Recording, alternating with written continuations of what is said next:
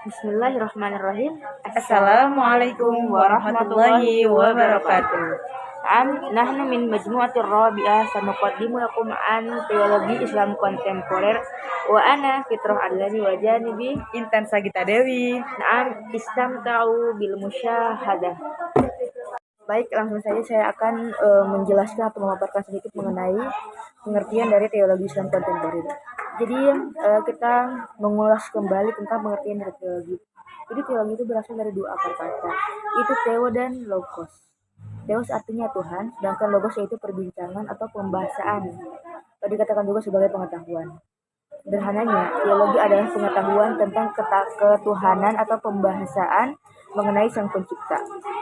Pada kata teologis tanpa kata logos, yang makna katanya berkesinambungan dengan kata logis.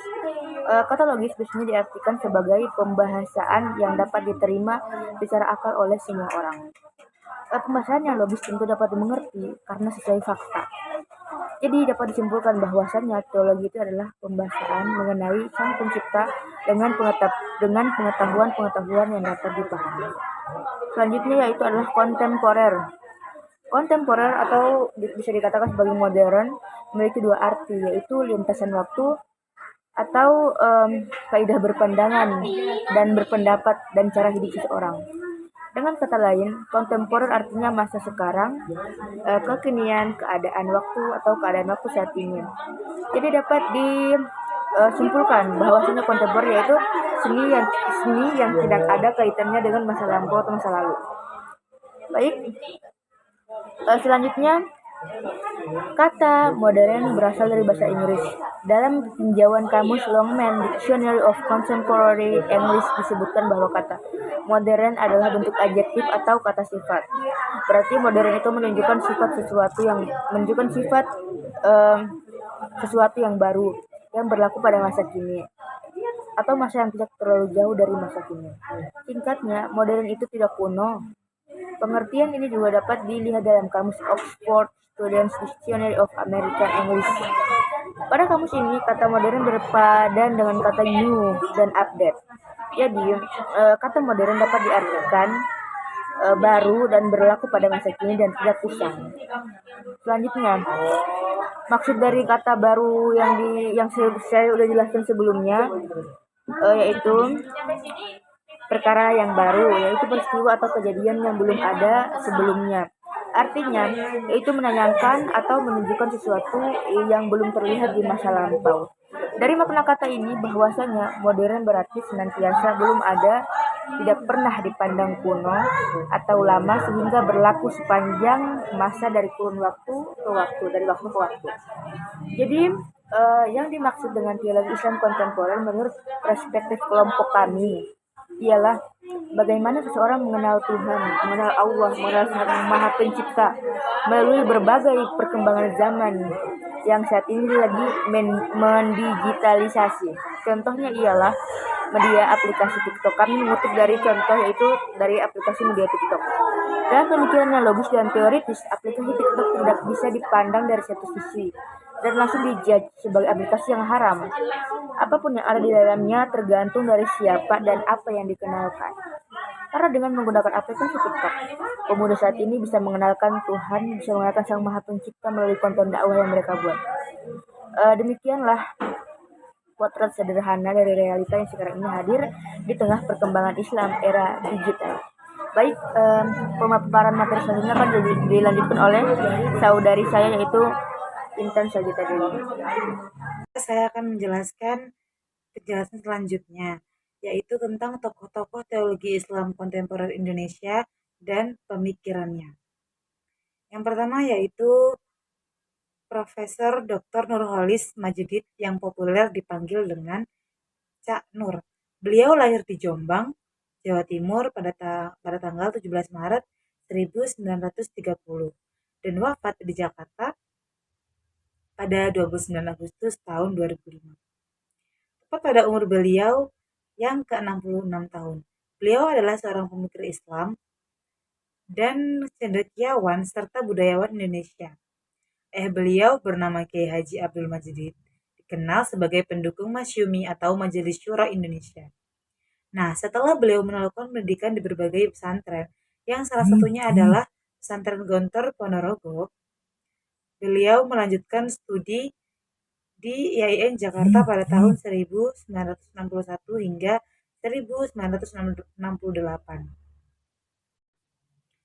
Baik, kemudian selanjutnya adalah pemikiran Nurholis Majid, yaitu yang pertama teologi pluralisme. Nah, teologi pluralisme Nurholis Majid berdiri tegak atas dasar Al-Quran dan nilai-nilai etis Al-Quran secara keseluruhan. Nah, teologi ini mulai dari kesadaran kemajemukan umat manusia yang merupakan kenyataan atas kehendak dari Tuhan. Nah, kemudian beliau juga menegaskan bahwa Allah menciptakan manusia berbangsa-bangsa, bersuku-suku, begitu pula dengan perbedaan warna kulit dan bahasa, yang mana adalah bukti kebesaran Allah Subhanahu wa taala yang harus diterima oleh seluruh manusia. Nah, kemudian yang kedua yaitu adalah kalam masa depan. Ada beberapa hal yang kurang sistematis dan bisa diaplikasikan sebagai titik tolak tingkat awal bagi pengembangan metode ilmu kalam, yaitu poin pertama untuk menjaga autentitas atau keaslian, dan yang kedua untuk mendapatkan relevansi dan kreativitas yang optimal. Kemudian poin ketiga, sangat diperlukan untuk memahami arti zaman modern dan modernitas. Kemudian poin keempat, salah satu hasil yang dituju adalah ditemukannya hubungan yang erat antara iptek dan sistem keimanan Islam. Kemudian poin selanjutnya, di satu sisi iptek modern kemungkinan besar manusia memperoleh peningkatan yang luar biasa. Nah, yang terakhir kemudian yaitu zaman modern tidak merubah fitrah seseorang yang membutuhkan bimbingan Allah untuk kelangsungan hidupnya. Kemudian yang ketiga yaitu monosentrisme dan polisentrisme. Nah, perbedaan keduanya adalah monosentrisme adalah sebuah paham yang hanya fokus kepada satu pusat kegiatan saja. Nah, sedangkan polisentrisme adalah mengenal banyak pusat kegiatan. Namun, walaupun kedua istilah tersebut berbeda dengan pengertian kesatuan dan federal dalam sistem kenegaraan. Nah, sebab dalam negara dimungkinkan tetap berhubungan dengan kesatuan polisentrisme. Polisentrisme juga menyangkut kehidupan masyarakat, terutama di bidang politik. Baik, selanjutnya yaitu pemikiran kedua. Baik, yang kedua yaitu pemikiran yang dipelopori oleh Harun Nasution. Nah, Harun Nasution ini beliau lahir pada Selasa 23 September 1919 bertempat di Sumatera. Pendidikan formalnya dimulai dari sekolah Belanda, HIS. Setelah 7 tahun menempuh pendidikan di HIS, beliau melanjutkan pendidikan MIK Modern Islamitis Quick School yang bertempat di Bukit Tinggi pada tahun 1934. Nah, lalu kemudian beliau meneruskan ke Universitas Al-Azhar di Mesir. Lalu melanjutkan pendidikannya di Yale, Kanada pada tahun 1962. Sampainya di tanah air, tepat pada tahun 1969, beliau terjun langsung dalam bidang akademisi, yaitu menjadi dosen di IAIN Jakarta, IKIP, dan Universitas Nasional, dan kemudian pendidikan formalnya adalah sebagai rektor sekaligus salah seorang pengajar di IAIN tersebut. Setelah saya membacakan beberapa kurikulum vitae dari beliau, nah, di sini ada pun pemikiran-pemikiran dari Harun Nasution, yaitu yang pertama tentang peranan akal. Nah, peranan akal memilih problematika akal